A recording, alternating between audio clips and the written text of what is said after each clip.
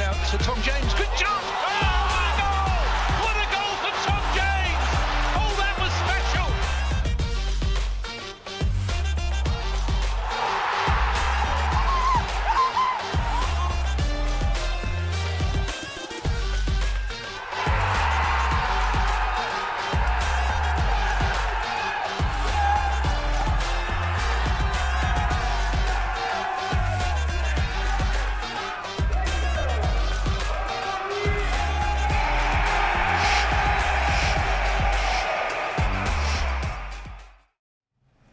Good afternoon and welcome to Orient Live. It's the final home game of the season here in E10 and it's Fleetwood Town who arrive here in the midst of a relegation battle. It could well be their last away game in League Two, but by the looks of it, their fans are in a party mood. Hopefully the players aren't as up for it as the away following are. They're certainly going to be bringing some good energy today, by the looks of it though. Scooby-Doo and Petr, what a combination that is, and the Puffman. But there's a good feeling about the place today because I'm joined in royalty, I think, when it comes to Orient Live pundits. We've got Jabo, Ibehre and Joe Widdowson, and we're excited for this one, aren't we? Because, as I say, it feels like there's a good feel about the place. Last home game of the season, sun's shining, nothing really riding on Orient. Just hopefully a good game of football. Yeah, hopefully so. I mean, good vibes. That guy's got some moves, so hopefully, we'll be dancing around on the pitch today, enjoying. But yeah, coming towards the end of the season, it's always, especially when there's no pressure on it really, I think you can really, these games I tend to enjoy more because I think as a player you can express yourself, let things go, and just go out and just do some sort of things that you might not try before and go and have a good time. It's a near sellout here in E10. Considering there's nothing, as you said, riding on the game, playoffs is not a possibility. Do you think that's an indication of how the fans are wanting to turn out to give support of what's been when you look back, it's been an unbelievable season coming up, had some really good spells of forms and had injuries gone better for us, who knows where we could have finished. But on the whole, it's been a really positive season and it'll be a nice way to cap it off today. Yeah, definitely. I think, like you said, there's a nice feel-good, sort of vibe around the place today, and as you said, Ollie, I think when you look back, the fans appreciate. I think the reason that there's such a big crowd today is because the fans can see that it's been a huge effort from the team this season. They've done so well to come up, get promoted, stabilise the squad. There's been a lot of new additions, and it's been quite a, it's been a not so straightforward as last season. In terms of obviously Cruise League 2. Winning every week. This season's been a lot different. I think, as you said, we've had injuries, we've had new signings, people coming to the team, loan signings. It's been a massive effort from the team, and I think the fact that it's a good turnout today just shows that the fans really do sort of appreciate the job that the team and the coaching staff have done this year. And of course, as you said, the O's have been blighted by injuries this season, and there's contracts and everything to come in the summer, so today could be the last chance to see some fans' favourites in an Orient shirt here in E10. So make sure you join us. And of course, if you're watching live on YouTube, then international fans, you can pick up a streaming pass on the website. And UK fans, you can listen along with Dave Victor and Matt Hiscock. But before we go any further and take a look at the teams, let's hear from the main man, the gaffer, Richie Wellens. Fleetwood to come on Saturday is going to be more Orient fans at a home game than we've had all season. How much are we looking forward to hopefully signing off at home on a winning note? I think it's important that we do. I think we've had a little bit of a coming off of it from the group, myself included.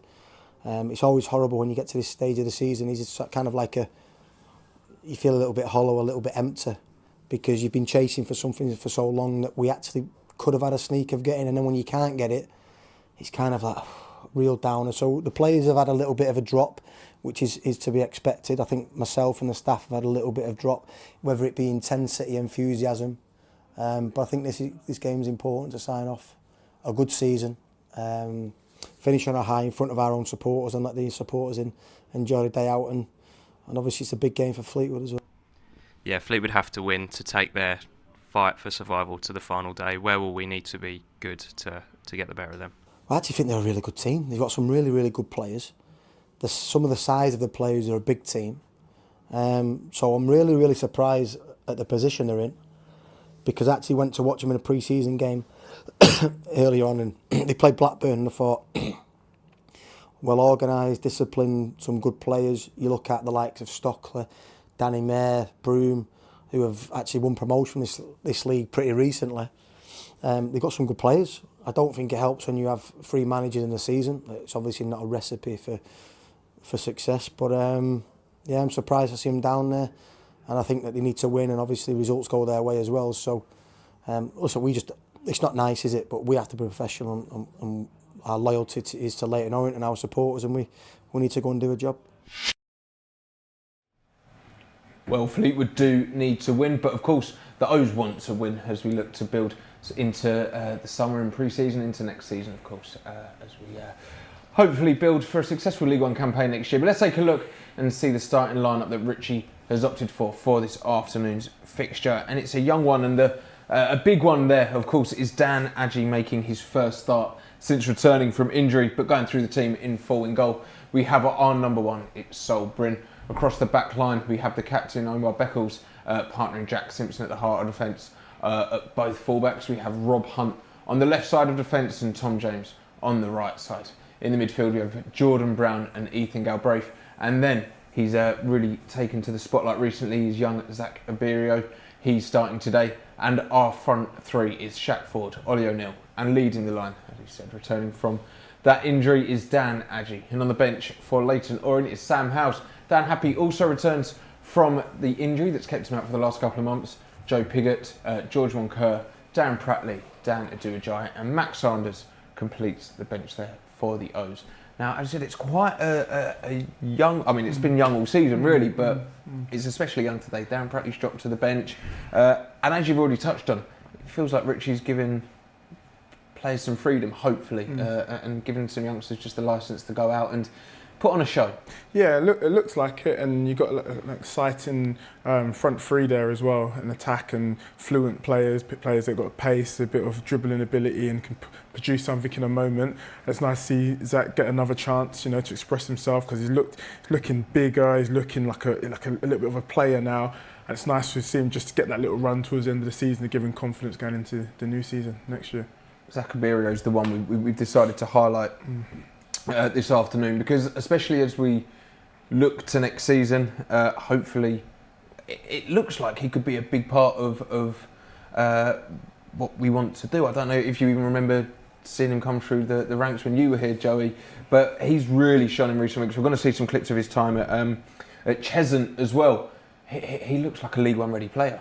Do you know what? It's interesting because he wasn't on the scene when I was at the club, but pretty much as soon as I left, I started hearing his name mentioned, and a few of the boys were sort of talking about him getting opportunities to train with the first team, and there was like a sort of real buzz around him. And then, funnily enough, I actually spoke to him a couple of months ago before a home game. I saw him down at Five Lads, and we were having a little chat, and I was just asking him how he was getting on, and he'd been out on loan, and said he said he felt he'd done well, and he just wanted to come back and work hard and try and impress the manager. And it seems that that's what he's been doing, because he's obviously had these opportunities of late, and I don't feel Richie's the sort of manager to just put a young player in for the sake of it. I feel like you really have to earn your opportunities to play in this team and be involved. And he's obviously knuckled down, come back, and really sort of impressed with obviously his quality that he's got. But he's a centre midfielder. He's mature. He makes good decisions, and it's good to see him get a chance this afternoon. I'm really looking forward to seeing how he does. What impresses you most about Zach, Jabo? He just looks so silky, doesn't he? Yeah, he's always been silky, and when he's coming, he's shown little bits, and you're like thinking, oh, he's nice. But then what I'm seeing now, especially him going on loan, it's a testament to the club, because sometimes, and the character of the player, because sometimes going on loan, people think, oh, I'm on loan, they don't want me, blah, blah, blah. But it looks like he's gone there, he's took the opportunity, he's grown, he scans the play, he's looking over his shoulders, he's riding challenges more, because he's silky, but then before he might get brushed off the ball, now he's looking strong, he's looking like he can ride the challenges, he's looking like a bit of a player, and hopefully he can just grow that confidence and really make a claim for next season. But I like what I've seen of him so far, it's been really good. He looks like, and don't want to get too carried away here, but he looks like the kind of midfielder that you maybe, especially when you've got him coming through your youth ranks, that you try and shape the team around a little bit. He looks like he's got a bit of everything in there. Yeah, I don't know about shape the team, right? He's obviously very young. We'll be back. No, because I remember this time around last year, he's had a couple of games towards the end of the season, didn't he? And I think I remember thinking, perhaps pre-season, start of the season, we might see him integrated. So I don't want to put too much pressure on him just yet. We know he's talented. We know he's, obviously he's a good player. And as Jabo said, he's gone out on loan and he said, look, I don't want to just sort of like stick around. I want to go out and I want to get experience. And I always admire that in young players that want to go and sort of test themselves and improve and come back and show what they're about really. So he's done that, and let's see how he develops. I think he's still really young. But I think he's in a good place. He's working under a great coach at a good club, so that give opportunities to young players. So yeah, let's see how he gets on. That's why you're the professionals' views. I'll calm down as a fan over here. But looking at the young side on the whole today, then, and looking at today's game, it's Fleetwood, of course, who I've said are scrapping for their lives. It's a must-win for them, really, and they've got a tough game next week as well. Yes, maybe on paper you'd think Orient are going to win this one, but it's going to be a tough one, especially with such a young side coming up against a team that is scrapping.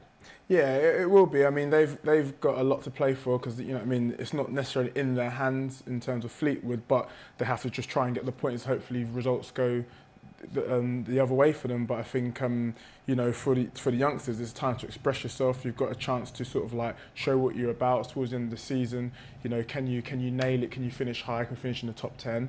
It's a great opportunity for them to express themselves without the pressure, and lay a claim now for the new season, because obviously we always remember sort of the recent games. I don't remember somewhat what's happened midway through the season. We'll remember the last 2 to 5 games now. So these games now you can make a real statement and then be the manager's thoughts for pre-season and the start of the next season.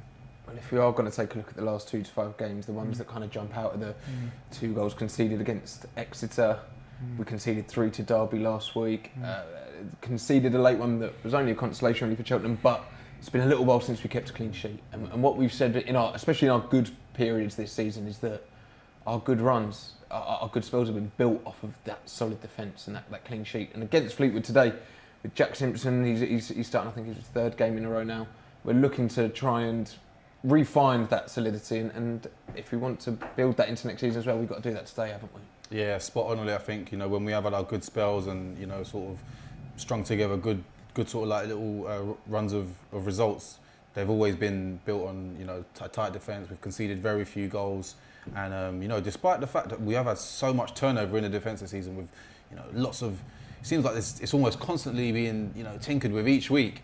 But we have, by and large, done really well defensively. Just over the last few weeks, maybe just, I don't know if it's a focus or maybe a little bit of, mental, physical fatigue and that disappointment of not quite, climbing into the playoffs. But we have come off a little bit, and I'm sure, the message today will be, look, let's finish the season strong. Let's go out. Obviously, Fleetwood are fighting for their lives, but Orient have got a job to do for for themselves, for the fans, but also the integrity of the league. So, hopefully we can finish strongly today with a clean sheet and a good opportunity for the young players to go and express themselves. Right then, ahead of today's game, we caught up with everyone's favourite Texan. It's time to hear from the main man. It's Kent Teague. I know you know this already because you've been asked some questions this week already, but football fans are often asking about the future and what comes next.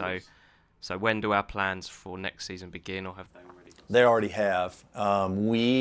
In fact, we were having conversations earlier today about summer transfers and how we're looking at that and what we're doing and all that. Had that conversation with Martin, had that conversation with Mike, had that conversation with Richie, and so we are consistently planning for the next window about a month after the last window shut. So we've been thinking about that for a little bit. And there are some positions that we need to look at, need to think about, and we just need to do what we have to do in order to improve the team. This will be the 3rd window in League One, and so we've got 2 windows here, the one this summer and the one in the winter, the January transfer winter next year. That we look at all of those as steps to the progression of getting our club to the spot where we feel like we can really play well from a League One perspective. And just finally, how exciting a time is it to be associated with Leyton Orient, be that a fan, be that vice chairman, be that a player? I don't know a better time. Now, I've only got 7 years of history with Leyton Orient, So my view of Leyton Orient is very skewed, because if you look at what we've accomplished since I got here, it's been really kind of phenomenal, to be honest. And I'm really proud of that. I'm really excited for our fans and for the club and for everybody involved.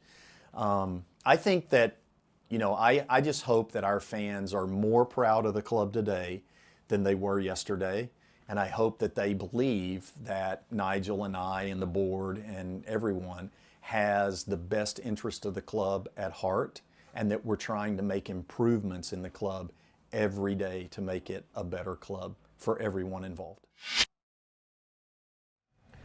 Top stuff there from Kent, and it's a pleasure to have him here in E10 today. I'm sure he'll be getting involved with the fans in some way. Right then, got another reminder for you, and it's the club's limited edition Son Memorial shirt. It's still just about available. 600 have already been sold, and some sizes are already completely sold out. So if you want to pick one up, make sure you pre-order yours online right now.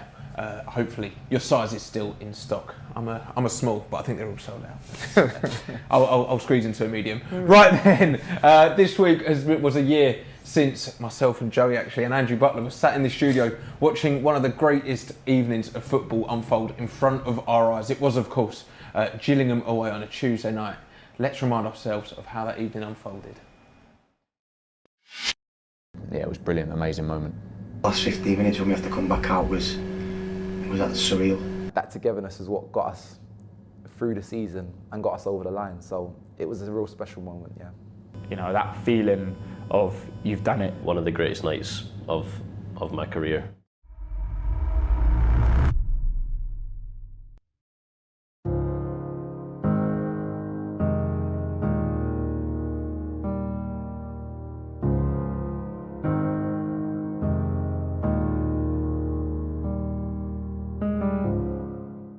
Very surreal. We kicked off and Neil Harris is looking across to me to say, "You're good." I think in the first 10 minutes, I think it's probably the best football we've probably ever played. Like they didn't even touch the ball, I feel. Couldn't get the ball off us. We was real top level that night in terms of the first 15 minutes. We had a few chances, then Bex gets sent off, makes it tough. When Omar gets sent off, it obviously changes the game. Yeah, there were so many reasons why I get really frustrated about that sending off. I think the referee came over with his hand in his pocket and then he got surrounded and then went into the other pocket and got a red out. They score from the free kick.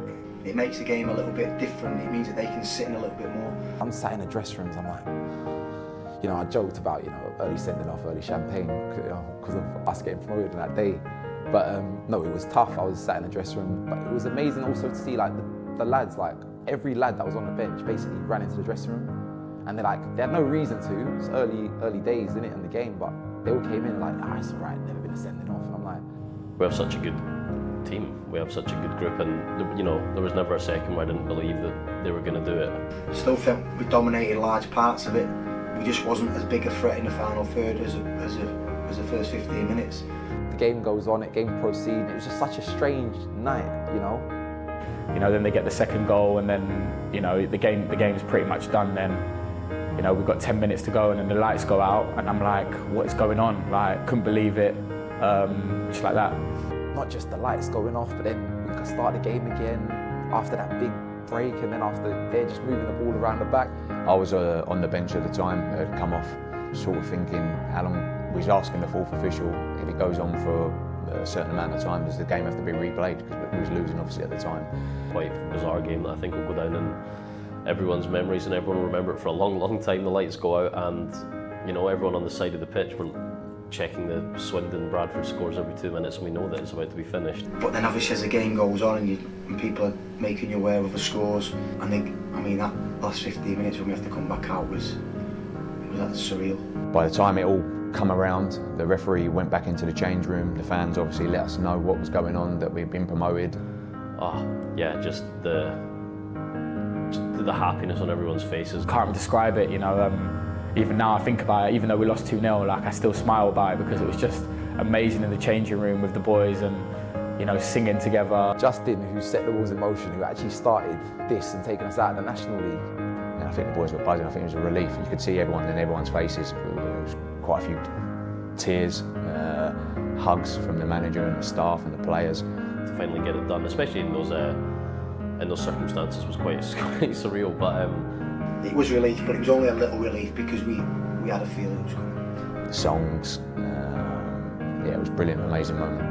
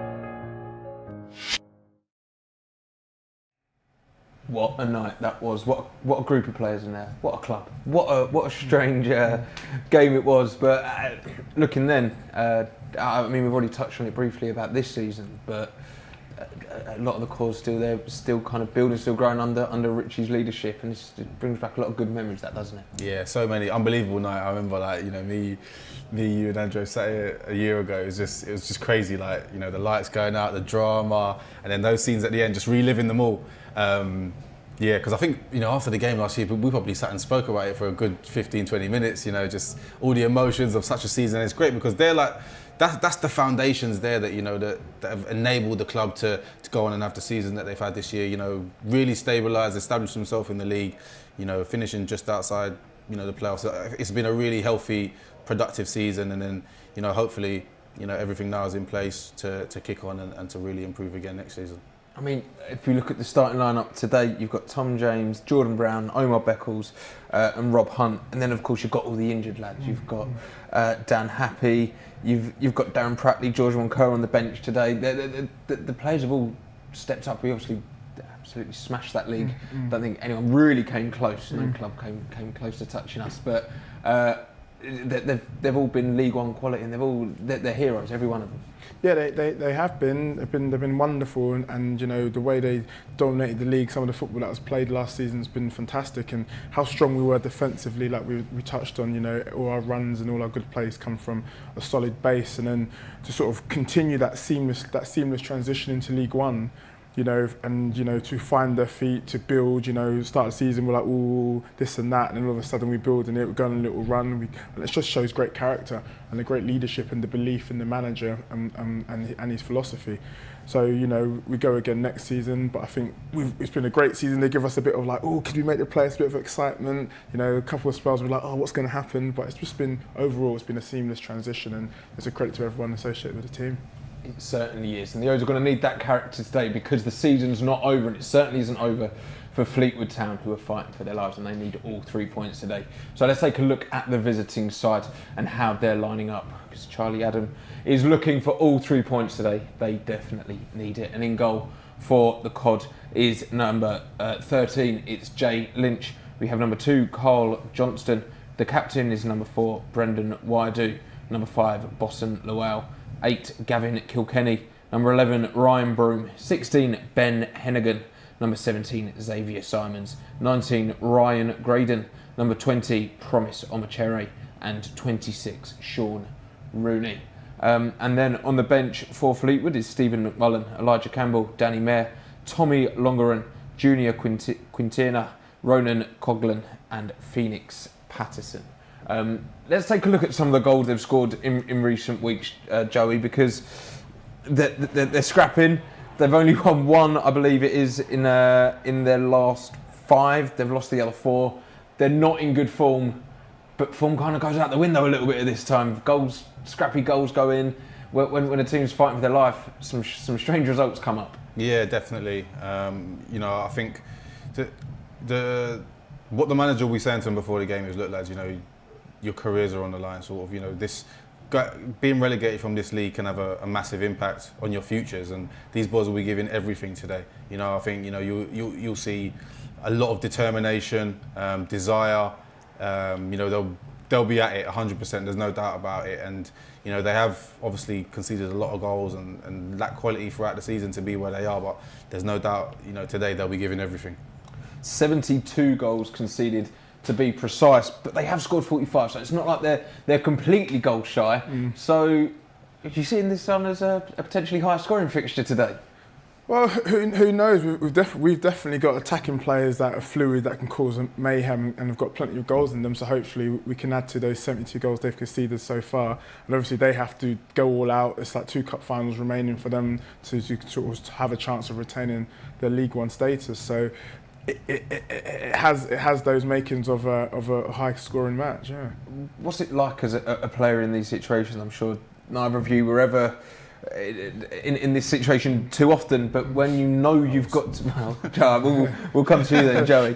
If you need 6 points from your last 2 games, but you also need results elsewhere to go your way. Yeah.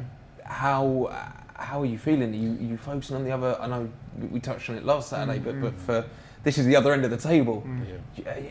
You need the other teams to not pick up points, and that must be playing on your mind throughout the game. Yeah, it does, but you just have to try as best you can to put it out of your mind. There's literally no point thinking about it, because if you start getting distracted by what's going on elsewhere, you lose focus on the job in hand. And for Fleetwood today, all that they need to be thinking about is trying to pick up points. That's all they can do their job, and then worry about what's going on elsewhere afterwards. But it is horrible, it's the days leading up to the game, it's not nice. You're under pressure. Like you don't know if what's going on. Like if you're staying at the club, if you're leaving, because obviously relegation has a huge impact on everyone.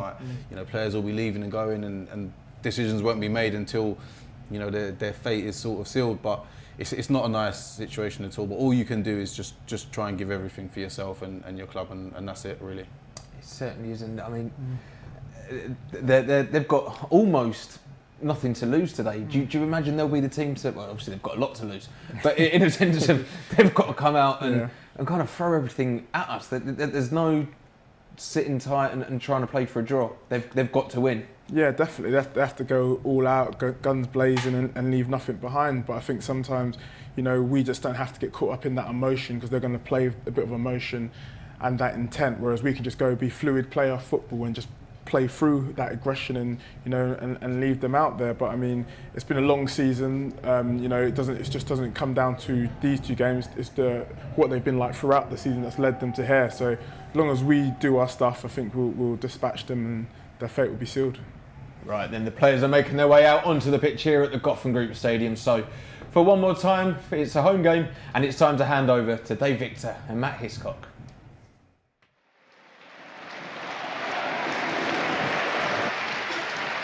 Good afternoon and welcome for the last time this season to the Gaughan Group Stadium, Brisbane Road. A game that could see Leyton Orient secure a top 10 finish, but it really is significant for our visitors, Fleetwood Town. The travelling fans on the far side in good voice, Matt, and there's a banner and it's saying we need a miracle. They do, don't they? Well, they absolutely do. First things first, they must win here this afternoon to have any chance of sustaining their League One status. Elsewhere, they've got to be looking at the Burton Albion scoreline and hope that they lose. It may not be enough. It may be a miracle that they need. Mathematically, it's still possible, but they've got a lot of work to do in the next 90 minutes, and they've got to hope and pray. Good for the O's to see Dan Ajayi in the starting 11, the first time since he picked up that injury at Reading, and Dan Happy on the bench for the first time since February when he picked up a similar problem at Barnsley. Yeah, it might be one or two questions asked, particularly around Dan Happy, and whether this will be his last time we'll see him if he comes onto the pitch, but he's back on the bench. Good to see him, and as you say, Dan Ajayi, the number 7, looks so promising. The very little we've seen of him this campaign, hopefully we will see the best of him next season, fit and healthy for the entire campaign, but it's refreshing to see him in the penultimate game of the season start. Absolutely. So what about this starting 11 for the O's? There are 3 changes for the visitors.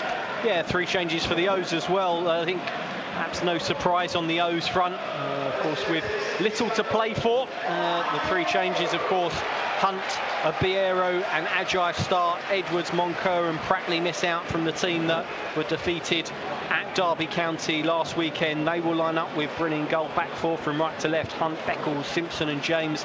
Brown and Ibehre, the 2 holding midfielders, with Ethan Galbraith getting that opportunity to play behind Dan Ajayi in the 10 role, with Ford on the right, O'Neill on the left. The 3 changes for the visitors. They line up with Lynch in goal this afternoon. We expect it'll be a 3-4-1-2 formation for Fleetwood. The 3 defenders on the right, Rooney, Hennigan in the middle, Sarpong, Waredu on the left, and then the 4-man midfield line with Johnson on the right, Kilkenny and Lowell in the middle, Broom on the left, with Simon playing behind Graydon and Omachiri.